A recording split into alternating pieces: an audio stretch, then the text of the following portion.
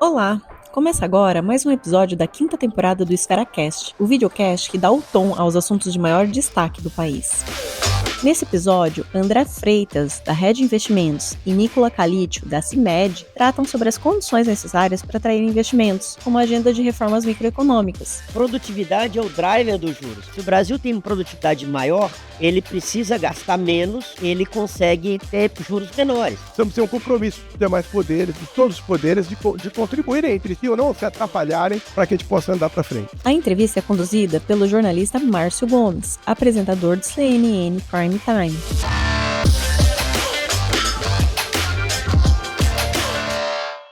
Eu começo com você, André. Recentemente, o que a gente está vendo neste ano e desde o ano passado, uma redução, um tanto lenta, mas uma redução importante, considerável, na taxa de juros.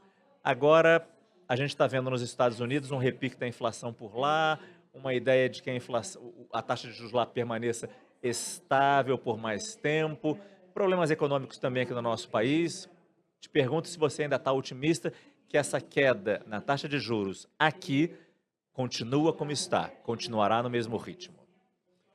Olha, eu acho que não. Eu acho que a queda da taxa de juros, que tem sido da ordem de 0,5% a cada reunião, Aham. deve diminuir. Eu acho que o Banco Central deu sinalizações nesse sentido.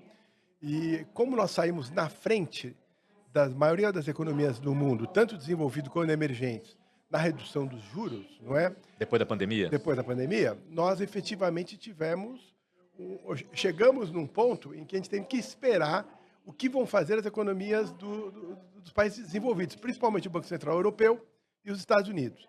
Os Estados Unidos, que no começo do ano se previa uma queda de 6 a 7 quedas, ou seja, em 6 ou 7 reuniões ia haver queda, e um dimensionamento superior a 2% dessa queda, hoje já se comenta, passados apenas 4 meses, que podemos ter de 2 a 3 quedas e talvez chegando em 1% de queda. Isso segura a capacidade de redução de juros que o Brasil tem, que, de certa forma, as moedas e os juros estão relacionadas e você tem aí um nível que você deve ter de taxa de juros no Brasil um pouco acima das taxas de juros americanas. Então, se eles não baixam, nós acabamos ficando também engasgados nessa situação. Acho até que o Brasil ainda tem um potencial para baixar os juros maior, mas o campo externo hoje talvez esteja respondendo por 2/3 dessa decisão de não baixar juros. No campo interno, nós temos um pouco mais de atividade econômica, principalmente dos setores de construção civil, alavancados pela Minha Casa Minha Vida,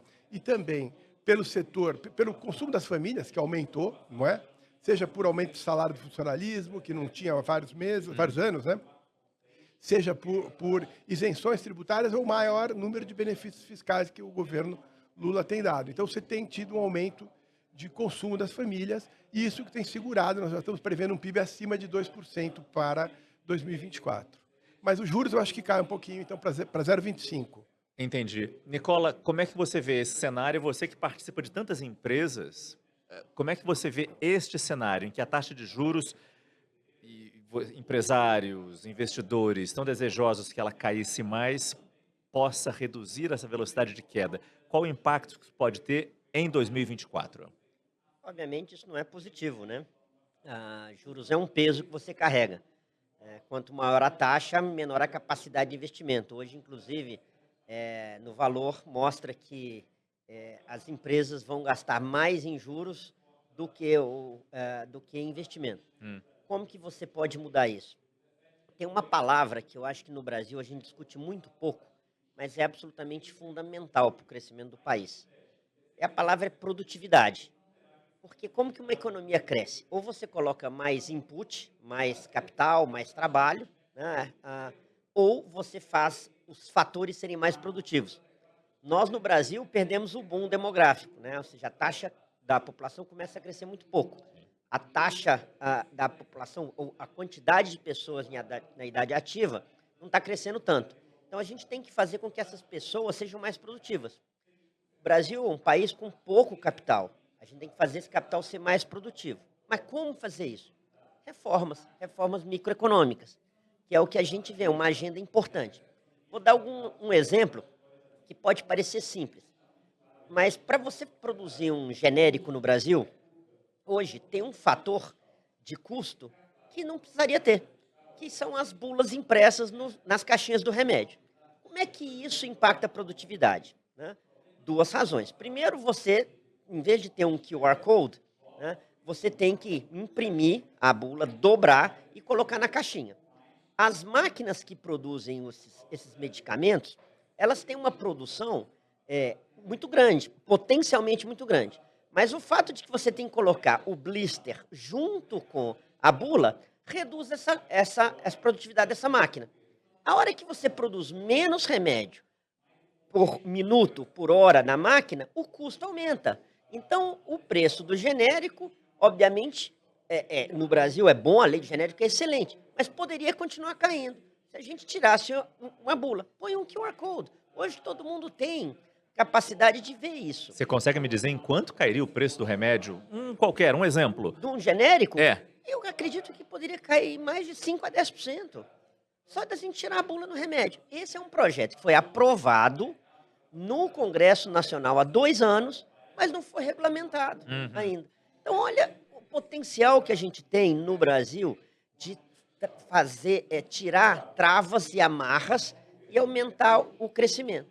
Ou seja, esse é o tipo de exemplo que mostra que reformas micro são importantes. A gente fala muito de juros e muito pouco de produtividade.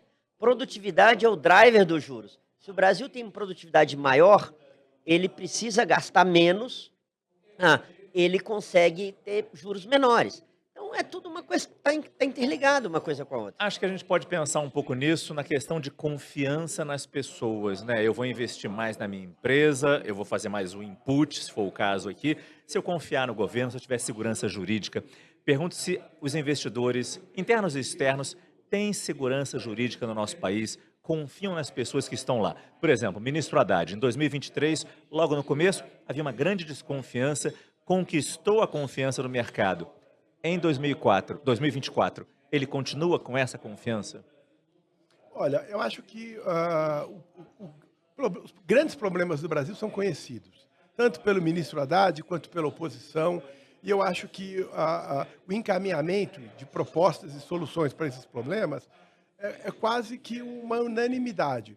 O que a gente precisa é resolver esse equilíbrio entre os 3 poderes, que tem sido, de certa forma, um ponto de apreensão, porque você veja, tirando essa questão externa que nós falamos há pouco, nós temos aí uma outra questão, que é a questão interna, a questão fiscal. E você fala assim, é o governo que é muito gastador? O governo, sem dúvida, é gastador. Esse governo do Lula, o chamado Dilma III, como dizem alguns amigos, né? Ele acaba sendo um governo que gasta demais. Mas o Congresso também gasta. Nós fomos surpreendidos semana passada por medidas vindas do Senado, como o quinquênio. Quer dizer, não há um compromisso, embora a agenda seja conhecida, a solução seja esperada, surgem certos sobressaltos no meio do caminho que não deveriam surgir, né? Porque uma casa que nem o Senado, fazer uma proposta dessa, onde você sai de 1,8 bi de aumento de despesas, se fossem só para os magistrados, estende para diversas categorias e chega a 42 bi de despesa adicional, em que cenário que se vive?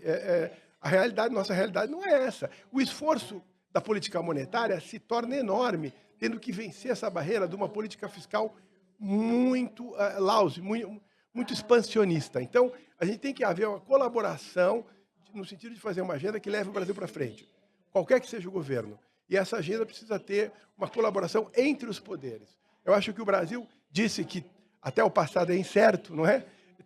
Tem esse comentário, mas eu acho que temos uma agenda que é conhecida e que nos levaria, nesse momento, para um outro patamar.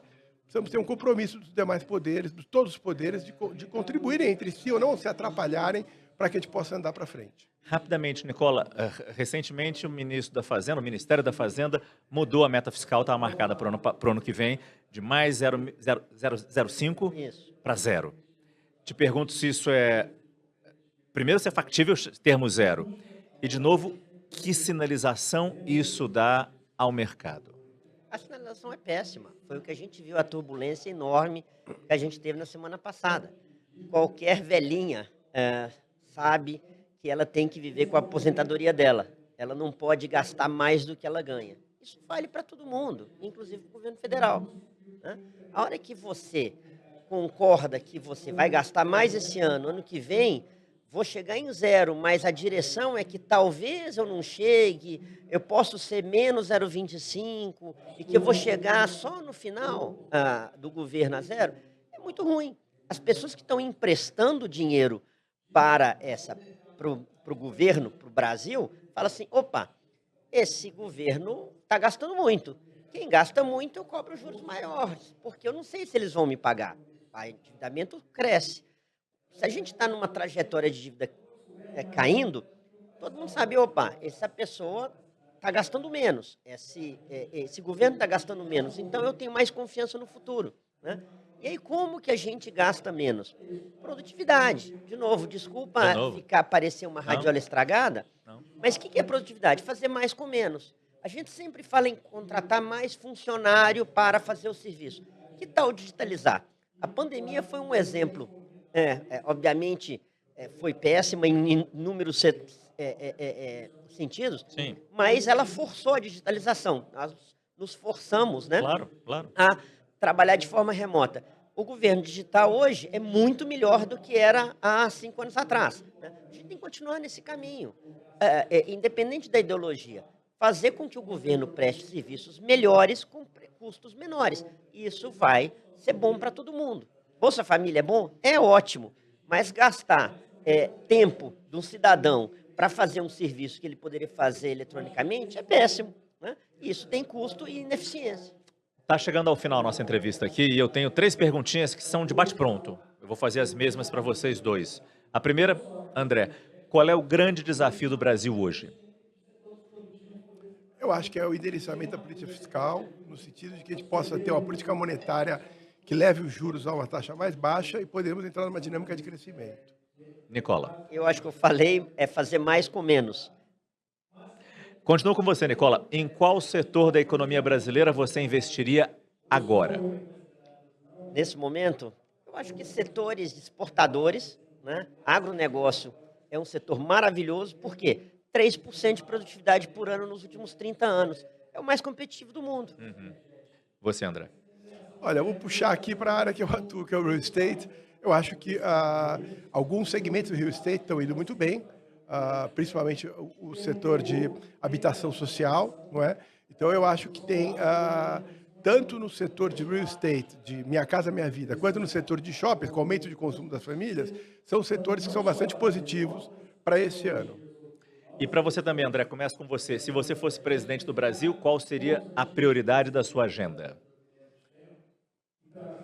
Tentar aumentar a produtividade, como o Nicola aqui falou. Eu acho que tentar realmente encaminhar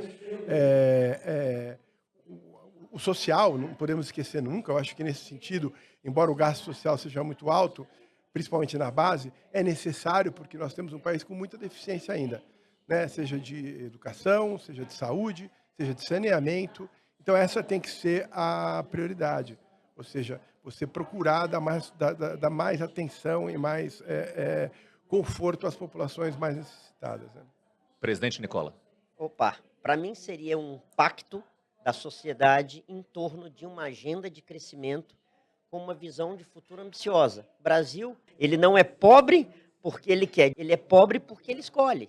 A gente faz escolhas erradas e a gente não cria riqueza. Nicola Calitti, o chairman da CIMED, André Freitas, sócio fundador da Red Investimentos. Muito obrigado pela entrevista. Obrigado, Márcio.